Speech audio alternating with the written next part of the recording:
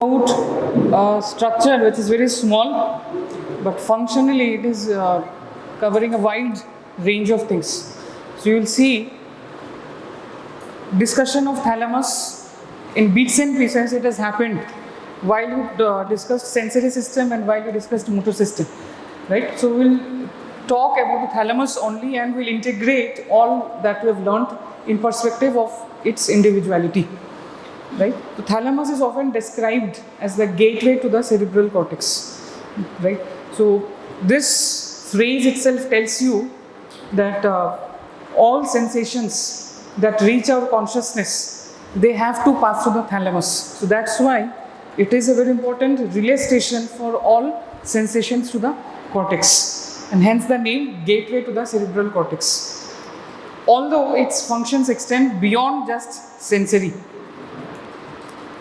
Okay, so we'll first see the nuclei of the thalamus, functions of the thalamus, and then we'll end with the thalamic syndrome.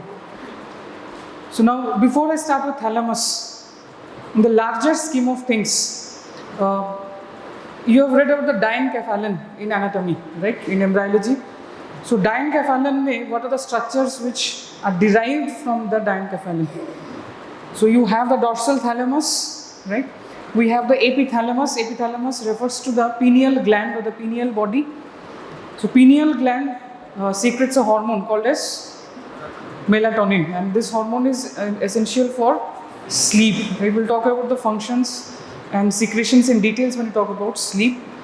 This hormone increases during the dark hours, right, after sunset, and it increases towards as the night progresses. This helps us in maintaining sleep.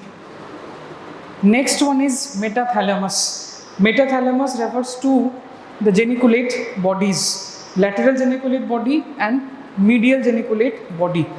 Then you have the hypothalamus, right? Hypothalamus itself is again a very important structure because it has got both endocrine functions as well as neural function.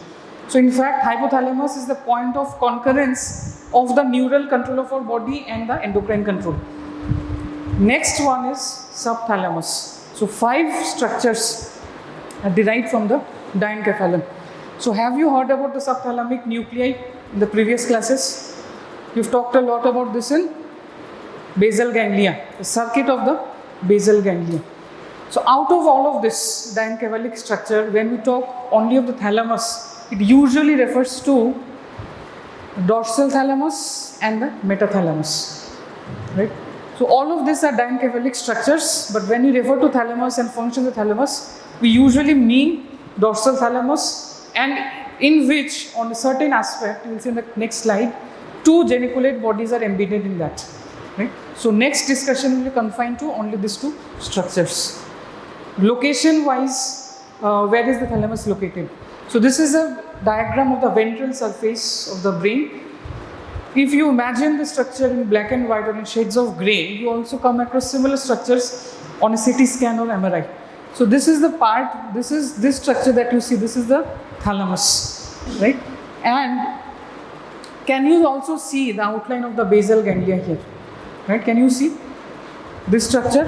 Did you read about this? What are this? This is the thalamus, as we said. Caudate nucleus, we have all read about this. I am trying to put things in perspective. Basal ganglia, where we talked about the caudate nucleus. Then we also talked about the lentiform nucleus, the globus pallidus externa, interna, all of this, putamen, right? So similar structures, the diagrams you find in books, the same structures over here, right? And this structure, this strip of white matter is the internal capsule. Internal capsule, why is it important? Because all ascending fibers, they pass through this, right, before they fan out and reach the cortex, and similarly all descending tracts arising from different areas of the cortex, they become compact as they pass through the internal capsule and then they pass downwards.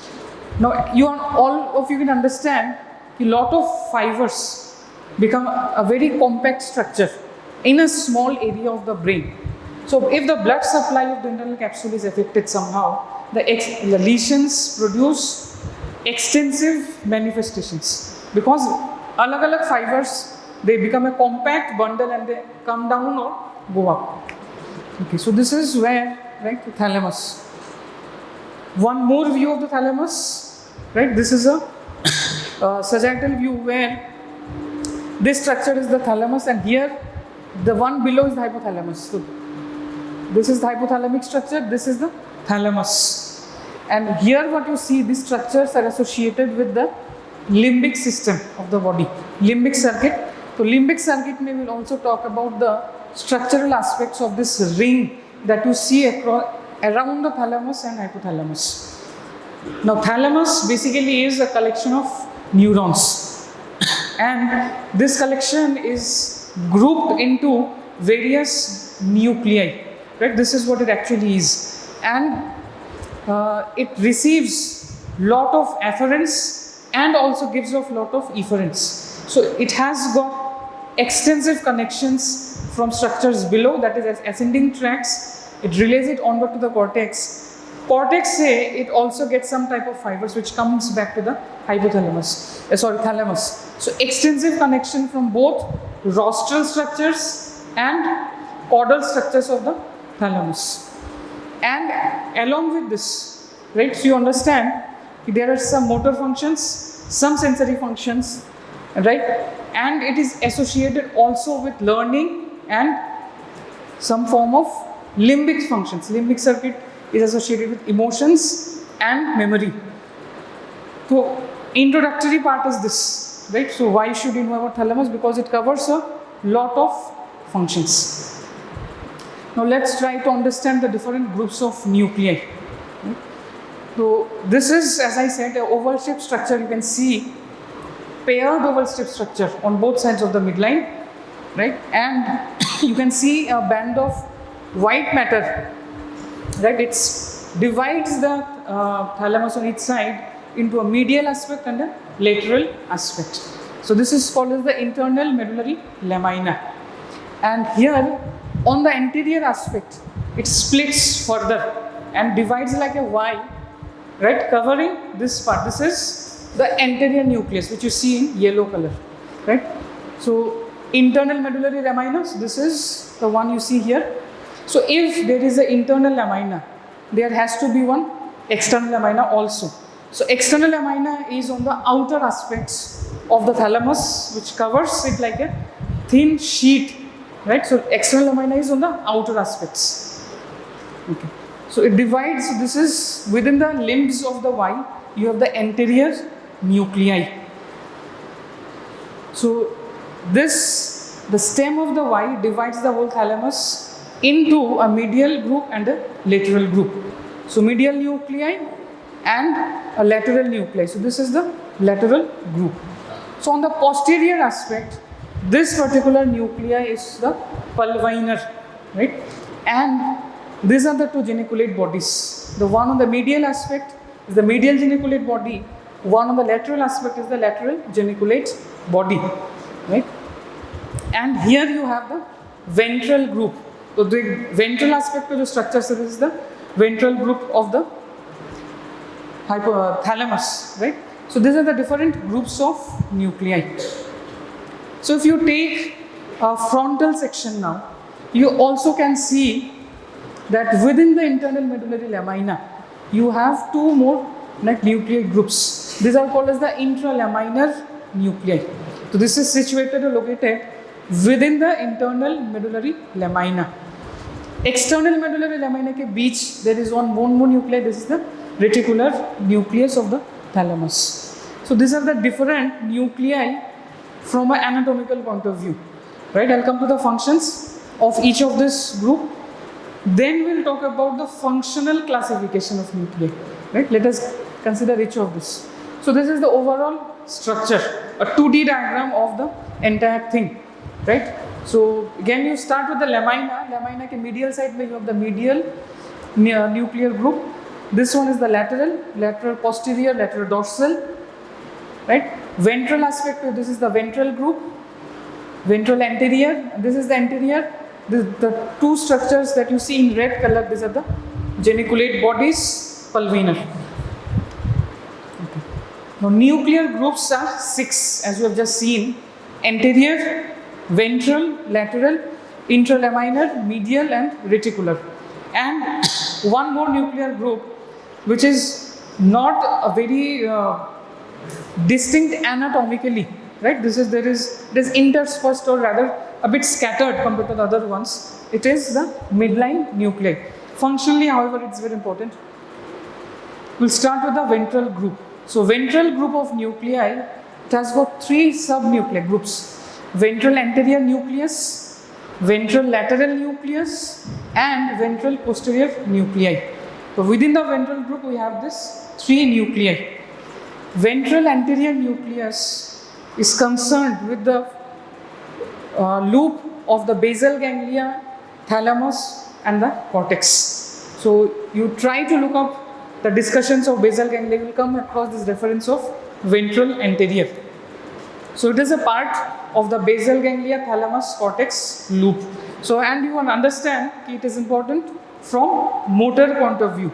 Movement के लिए important है. Ventral lateral part. Ventral lateral nucleus is divided again into an anterior part and a posterior part. Anterior part of this ventral lateral group again is part of the this one, basal ganglia, motor cortex loop. So basal ganglia के discussion में you have often come across these terms: ventral anterior nucleus and ventral lateral nucleus. So just try to look at this discussions in the books or the class notes. So you'll come across this terms. So if it is associated functionally with the basal ganglia, this will be concerned with movement, right? Motor function. Posterior part of this ventrolateral nucleus receives afferents from the deep cerebellar nuclei, specifically the dentate nucleus, and then it projects it further to the cortical motor areas for functioning. So this is again a function or part of the cerebral dentato-cerebellar circuit. So we talked about this circuit in planning of movements and in ballistic movements, mental rehearsal of a ballistic movement. So this is where it is participating. Ventral posterior nuclei. Now ventral posterior nuclei, in Guyton you will come across this term, ventrobasal complex. So this complex actually refers to this nuclei.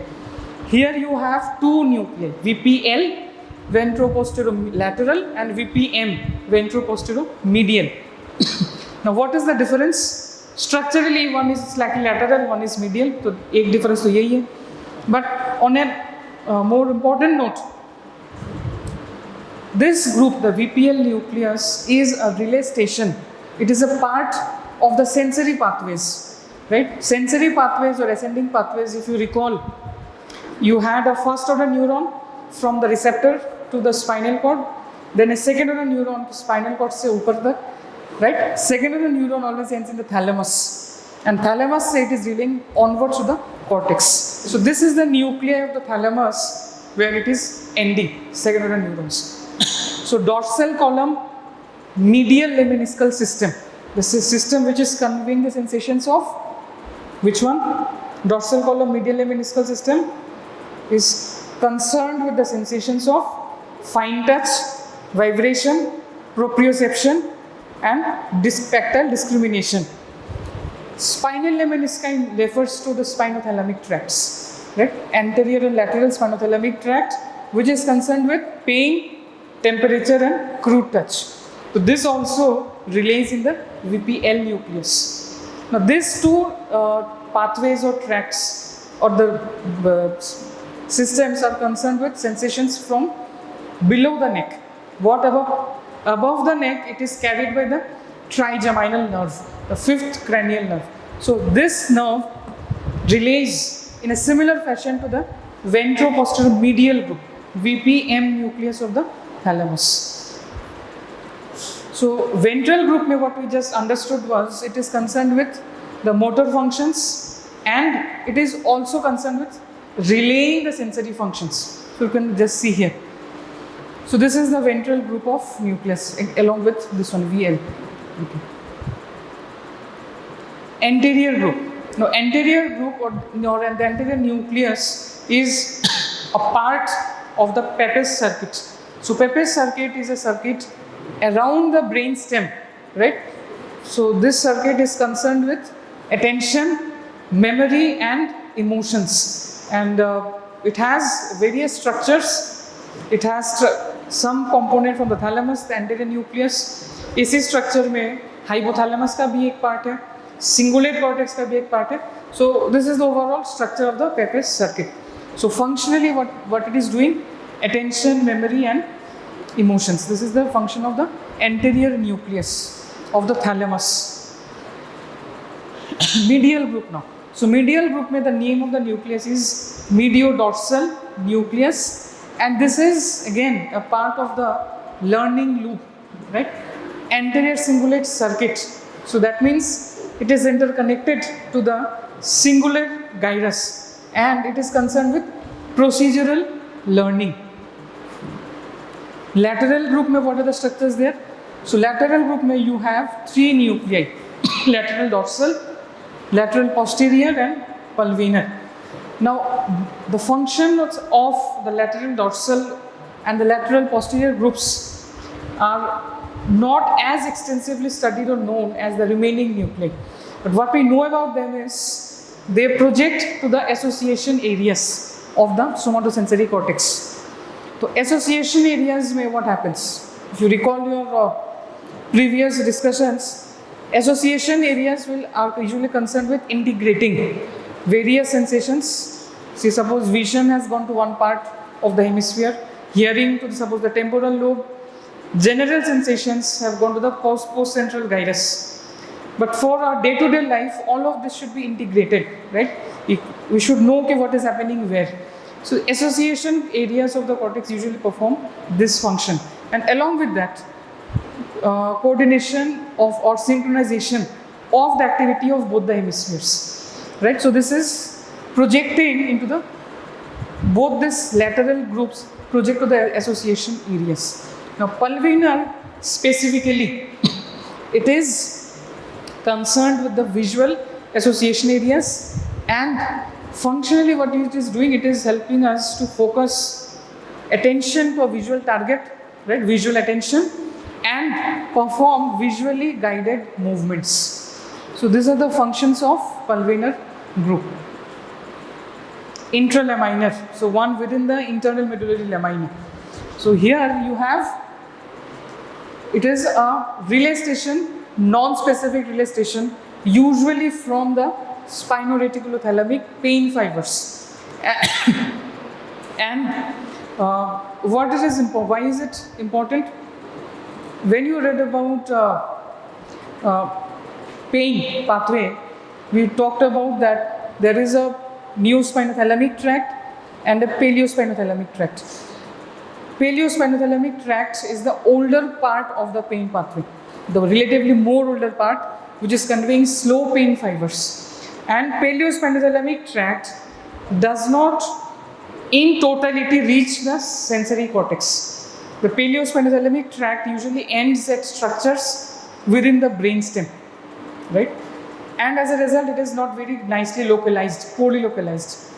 But wherever you find, think about it, slow pain जहाँ पे है, in your own experience, slow pain is more bothering, and it keeps on lingering.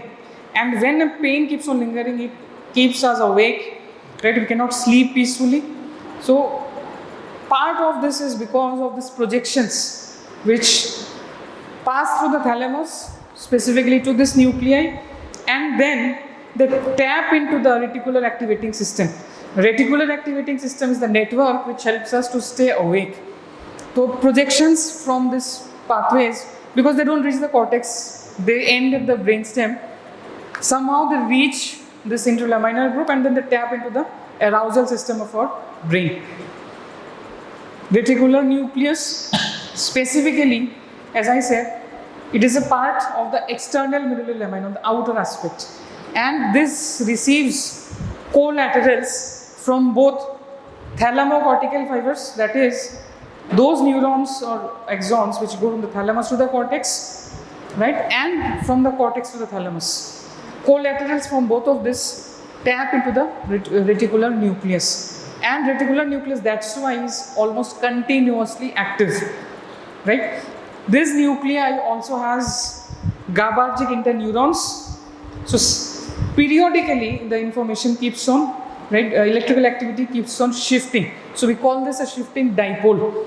So we'll talk about this aspect more when we talk about EEG.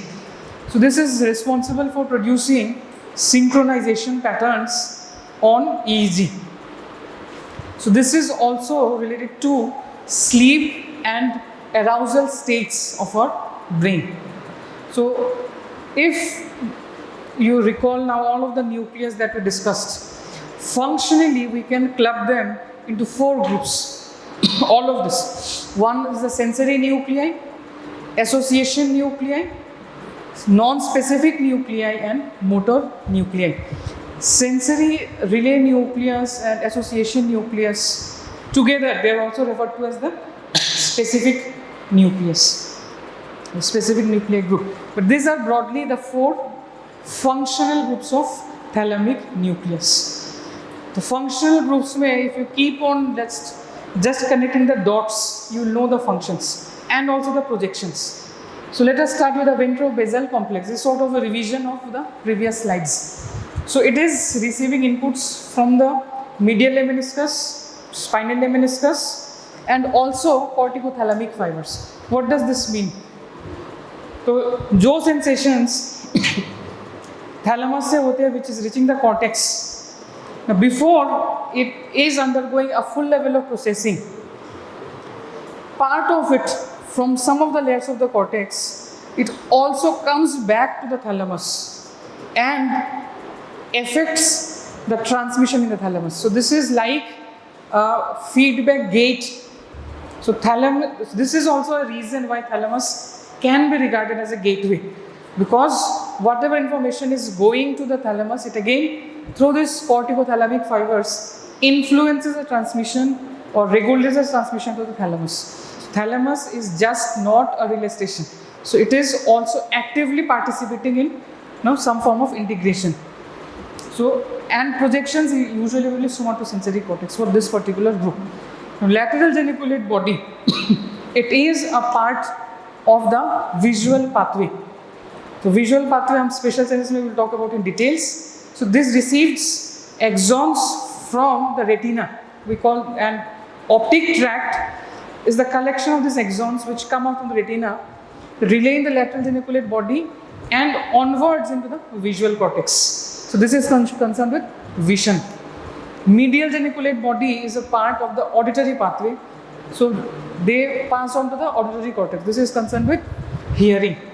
Now coming to the association nucleus, you can see association mein you have the lateral group ke alag-alag nucleus. You have the pulvinar here, lateral dorsal, lateral posterior, all of this. So they receive inputs from the sensory cortex, association cortex, and they pass it on again to the association cortex and somewhat to the limbic system, especially the lateral dorsal group, which has a projection to the limbic system. Non-specific group mein you have 2, midline and reticular nuclei, intralaminar. So here the function is, it is a part of the arousal system of the brain. So you can see from all the ascending tracts, it receives input and as a diffuse network, it projects to the cerebral cortex like a fan-shaped network projecting to almost the entire cerebral cortex. So this is a part of the arousal system of our brain, which the system which keeps us awake. And towards motor nucleus, ventral anterior and ventral lateral. So one concerned with the basal ganglia, globus pallidus, and one concerned with the cerebellum, right? So these are the 4 groups, functional groups along with their afferents, efferents and functions. Now specific or non-specific, just to understand, right, what is the main difference? Specific or specific इसलिए कहा जाता है because if that nuclei is stimulated electrically, the response is a localized, sharply localized response on the same side of the brain, right? Activation on the same side of the brain. Non-specific nuclei, midline and intralaminar core, if it is stimulated electrically, the response is a bilateral cerebral response. That means on both hemispheres, there is a bi-activation, diffuse activation of the cerebral cortex. So this diagram gives you an idea of the different afferents that go to the thalamus, the blue structure. So optic pathways are optic tract. You can see the lemniscus, medial lemniscus. Lateral lemniscus means the one with hearing, right? Trigeminal lemniscus, all of this eventually reach the thalamus. Lentiform nucleus concerned with the basal ganglia, right? So from all structures, it is reaching the thalamus. So it is actually, if you see the location, that's why it is situated in the center. ताकि सारे information it can reach to the thalamus. Efferents from the thalamus, structural point of view, say you have some 4 radiations. Anterior thalamic radiation concerned with cingulate and limbic structures. Auditory radiation and optic radiation together forming the inferior radiation. So functions already you know. Superior thalamic radiation, specific relate to the sensory areas of the cortex and the motor cortex, both of this. And from the pulvinar you have posterior thalamic radiation which go to the association cortex. Now moving towards the end, right? So thalamic syndrome. What is thalamic syndrome? Thalamic syndrome is a set of symptoms and features which arise when there is a stroke, cerebrovascular accident involving either the thalamo-geniculate branch, right, and or its originating artery, the posterior cerebral artery, right. Usually thalamic syndrome appears when the lesions are extensive. So individual branches may, even the smaller arterioles, if there is some form of say a blockage, that can also lead to thalamic infarct. But usually for thalamic syndrome to occur, we need, like, it is produced when there is a larger cause or a larger impact. So this is usually seen, so you can see in this diagram the blood supply of the thalamus, right.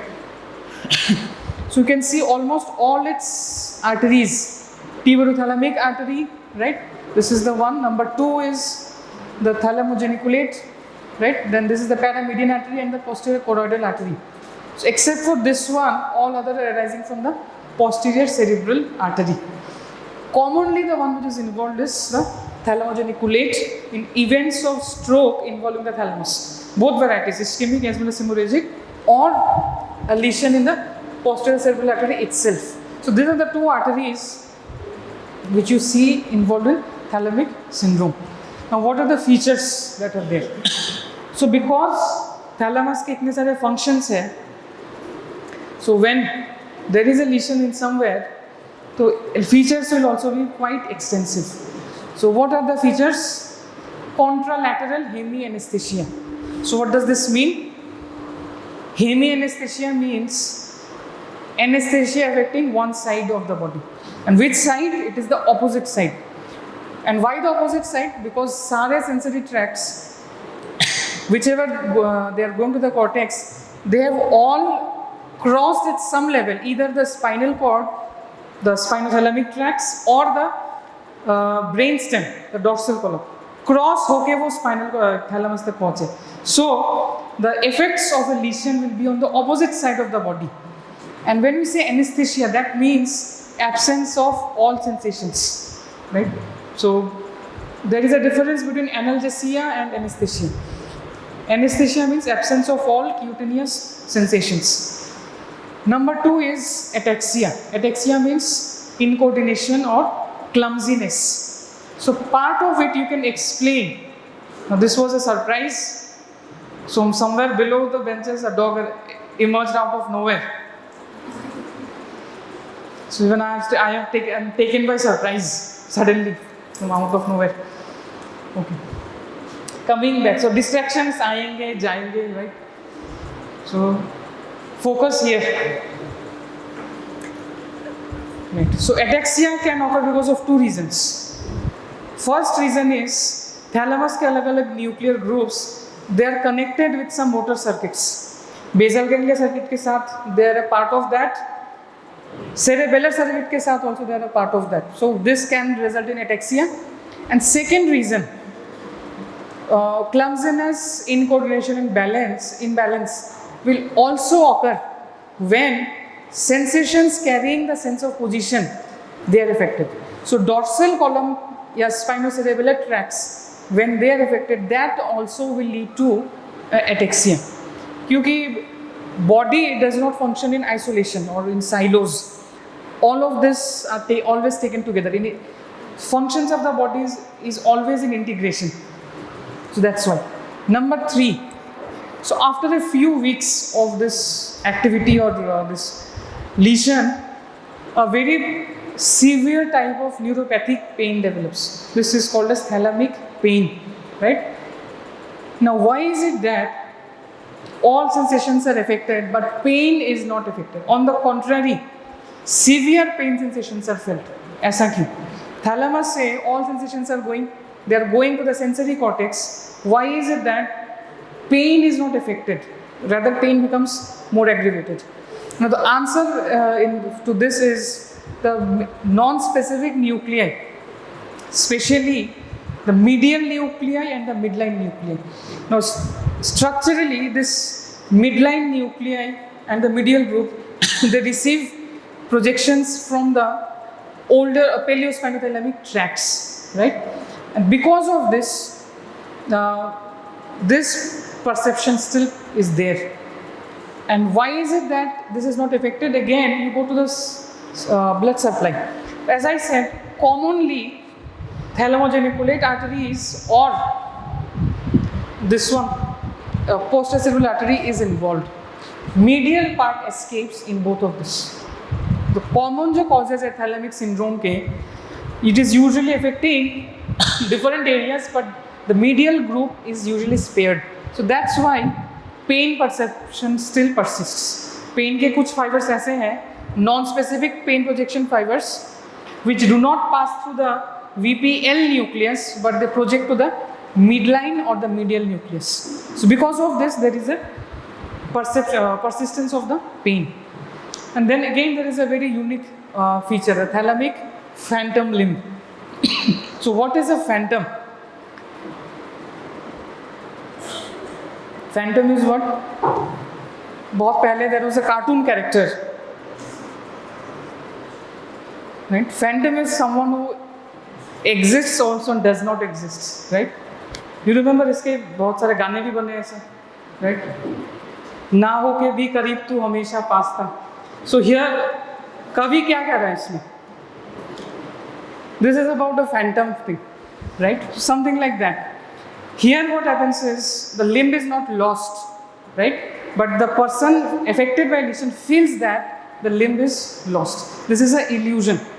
Now, thalamic phantom limb is slightly different from a phantom phenomena, right? I'll come to that in the next slide. So, lastly, specifically अगर कोई projection cells affect होते हैं, you might get typical lesions of a basal ganglia or typical lesions of cerebellum, depending on which of the fibers are affected. Phantom limb phenomena. Phantom limb phenomena usually we see in amputations, right? This also is an illusion. So the word phantom comes from the illusion. What happens here is, when a limb is amputated, उसके cause कुछ भी हो सकते हैं, gangrene हो या trauma हो, whatever be the cause, the patient feels that even after amputation, the limb is still existing, right? This experience is called as the phantom limb phenomenon, illusion of its being existing. Thalamic syndrome में what happens is, the phantom phenomena is, which is there, that also is an illusion, but slightly different. अलग कैसे है वो? The patient might feel that even though the limb is intact, क्योंकि position sense उसके पास नहीं पहुंच रहा है, the patient might feel that the limb does not exist. So that also is an illusion. So phantom phenomena is an illusion. Whenever we talk about phantom limb phenomena, you start discussing with the amputation. So commonly we see after amputation. Now what is the cause of this?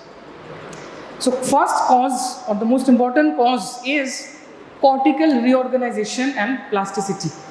What does this particular thing mean? So try to recall, we talked about the motor homunculus time and again कि body का जो हर एक area है, every part is represented in the cortex at various places. Motor cortex में है, motor homunculus, sensory में है, it is there also. Red nucleus में भी है, cerebellum में भी है, thalamus में भी है. So everywhere this type of topographic map is there. So homunculus में whenever a part is lost, as you can see here, fingers are lost, where here it is an amputation of a below elbow. So this part gets, no, it is the remaining areas occupy that part. So sensory projection fibers whichever are going, right, they do not find a vacuum. So that's why, because of familiarity or past experience, the brain still perceives that that part is existing. So this is cortical reorganization and plasticity. Second change that happens at the level of the spinal cord is a sensitization of the dorsal horn. Sensitization means there is an increased activity, right? And all of it you can also explain with the law of projection that we read in sensory system. So law of projection क्या कहता है? Anyone who remembers what does this law state? तो किसी भी sensory pathway में, anywhere if you stimulate the pathway, not necessarily at the receptor, the sensations produced will be that of the receptor. So one fiber which was carrying pain sensations, say from the lower limb, suppose the ankle joint or the toes, it enters the spinal cord, ascends up like that, जैसे बाकी sensations जाते हैं. So if there is a amputation below the knee, receptors of that toes and limbs are gone, ankle के around receptors to amputation से चले गए, but the nerves are still there, right? So law of projection states that whenever in a sensory pathway, wherever you stimulate, the sensations produced are that of the receptor. It may be at the level of the pathway, spinal cord, brain, wherever. So with the help of law of projection also, you can explain the existence of a phantom limb phenomena, right? So this is where like the applied aspects of thalamus. And one more extra, this is a phantom phenomena. So both of these are asked as short notes, right? Thalamic pain syndrome, thalamic syndrome, and phantom limb phenomena. So you need to understand that thalamic syndrome mein phantom phenomena is a part of it. There are other features also, right? And phantom limb phenomena as such, we see across a lot of conditions, commonly being amputations, and then also in thalamic syndrome, right? So we'll stop here today.